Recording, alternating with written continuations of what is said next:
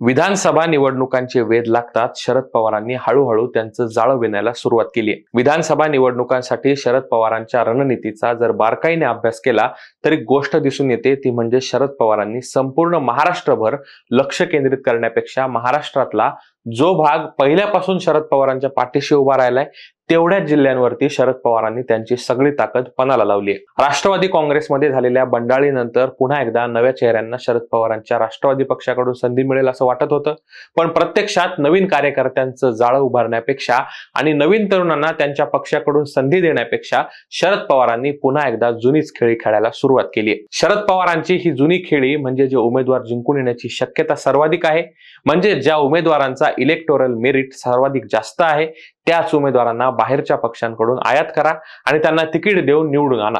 पण आयात उमेदवारांना घेणं शरद पवारांना महागात पडणार का, सगळंच या व्हिडिओच्या माध्यमातून जाणून घेऊयात। नमस्कार, मी Sameer More, times of democracy TOD मराठीमध्ये आपल्या सर्वांचं स्वागत। राज ठाकरे यांनी शरद पवारांवर एका सभेत बोलताना टीका केली होती, ती म्हणजे राष्ट्रवादी काँग्रेस हा कार्यकर्त्यांचा पक्ष नव्हे तर जिंकून येतील अशा सरंजामशाही पुढाऱ्यांचा पक्ष। यंदाच्या विधानसभा निवडणुकांमध्ये ही शक्यता खरी होताना दिसते, कारण शरद पवार यांनी त्यांच्या पक्षामध्ये जोरदार इनकमिंग सुरू केलेले। समरजित घाटगे, नाना काटे, रामराजे निंबाळकर, बबन शिंदे, विलास लांडे, दीपक चव्हाण, रणजित सिंह मोहिते, विजय सिंह मोहिते, प्रशांत परिचारक, विवेक कोल्हे, संदीप कोतकर ही सगळी नेते मंडळी आहेत काँग्रेस, भाजप, अजित पवार गट या पक्षांमध्ये होती आणि तिथून त्यांना शरद पवारांनी त्यांच्या पक्षात घेण्याचे प्रयत्न सुरू केले। आणि इथे एक गोष्ट लक्षात घ्यायला पाहिजे की मोहिते असो, घाटगे असो किंवा निंबाळकर या कोणाचीच निष्ठा ही पक्षाची नाहीये तर संधीशी आहे। 10 वर्षापूर्वी ही सगळी मंडळी राष्ट्रवादी आणि काँग्रेसची साथ सोडून भाजपमध्ये गेली होती। हर्षवर्धन पाटील तर असे म्हणाले होते की आता भाजपमध्ये गेल्यानंतर ईडीचा ससेमिरा नसल्यामुळे शांत झोप लागते, त्यामुळे लोकसभेला राजकीय वातावरण फिरताच आता सगळ्या नेत्यांनी शरद पवारांच्या तंबूमध्ये उड्या मारलेल्या आहेत। अर्थात लोकांना या उड्या किती आवडणार हा एक प्रश्नच आहे, पण उमेदवारांची आयात ही पवारांना महागात पडू शकते। भाजपमधल्या नेत्यांना राष्ट्रवादीमध्ये फ्री हँड दिल्यामुळे शरद पवारांवरती तरुण कार्यकर्त्यांचा एक मोठा गट नाराज असल्याचं दिसून येते।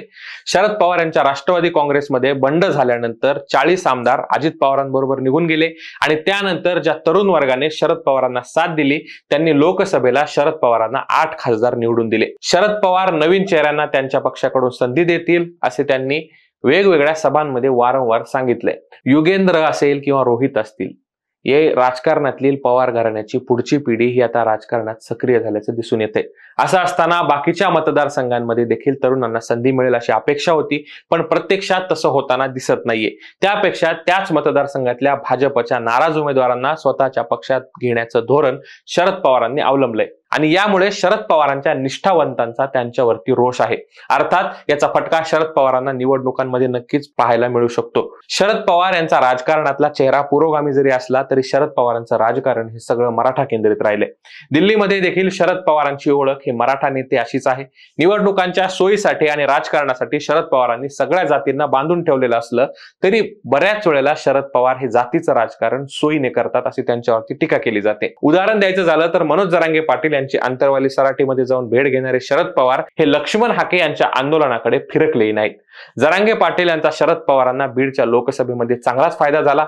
पंकजा मुंडे, रावसाहेब दानवे यांचा पराभव करताना मराठा समाजाने निवडली ती तुतारी, त्यामुळे शरद पवार मराठा समाजाचे सोयीचे राजकारण करतात ते असं। पण मराठा आरक्षणावरती शरद पवारांनी अद्याप कोणतीही ठोस भूमिका घेतलेली नाही, हे मराठा तरुणांना चांगलंच माहितीये। दुसरीकडे ओबीसीकडे लक्ष न दिल्यामुळे ओबीसी समाज शरद पवारांच्या तुतारीवर चांगलाच नाराज आहे, त्यामुळे आगामी विधानसभा निवडणुकांमध्ये मराठा केंद्रित राजकारण शरद पवारांना चांगलंच महागात पडू शकतं। शरद पवारांशी भाजपची जी जवळीक आहे ती आतापर्यंत लपून राहिलेली नाहीये। अजित पवारांनी भर सभेत शरद पवारांनी भाजप सोबत जाण्याचे 3 ते 4 वेळेला प्रयत्न केले असं सांगून शरद पवारांना एक्सपोज केलं होतं। 2014ला भाजपला बाहेरून दिलेला पाठिंबा असो, 2019ला अजित पवारांना देवेंद्र फडणवीस यांच्याबरोबर पहाटेचा शपथविधी घेण्यासाठी दिलेली परवानगी असो, किंवा 2017 मध्ये अगदी भाजपला साथ देत झालेलं मंत्रिमंडळाचं खाते वाटप असो, शरद पवारांचा भाजप धार्जिनेपणा आतापर्यंत कधीच लपून राहिलेला नाहीये. त्यामुळे लोकसभेला जरी मतदारांनी शरद पवारांना मतदान केलं असलं तरी विधानसभेला मात्र मतदारांमध्ये चांगलंच कन्फ्युजन आहे. आपण शरद पवारांना दिलेलं मत हे विधानसभेच्या निकालानंतर भाजपला जाणार नाही ना, अशी भीती या मतदारांच्या मनात आहे. दुसरीकडे महाविकास आघाडीमध्ये देखील काँग्रेसच्या जुन्या नेत्यांना शरद पवारांचं राजकारण चांगलंच माहितीये. त्यामुळे ठाकरे हे अदानी यांच्या मुद्द्यावरून टार्गेट करत असताना दुसरीकडे शरद पवारांचे आणि अदानींचे संबंध हे अत्यंत जिव्हाळ्याचे राहिलेले आहेत. शरद पवारांची राजकारणातील विश्वासार्हता यावर अनेक प्रश्नचिन्ह उपस्थित होतात.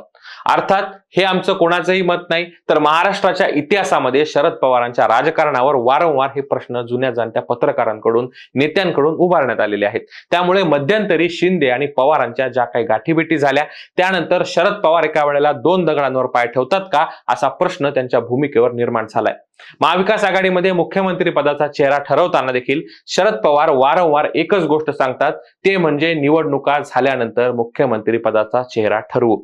याचा अर्थ थोडक्यात असा होतो की कोणाच्या किती जागा निवडून येतील त्यानुसार प्रत्येक पक्षाची बार्गेनिंग पॉवर ठरेल आणि त्यानंतरच मुख्यमंत्री कोण होईल हे ठरवेल. त्यामुळे शरद पवार यांची तुतारी सध्या तरी जोमात असली तरी वर मांडलेले मुद्दे शरद पवारांच्या विरोधात जाऊ शकतात.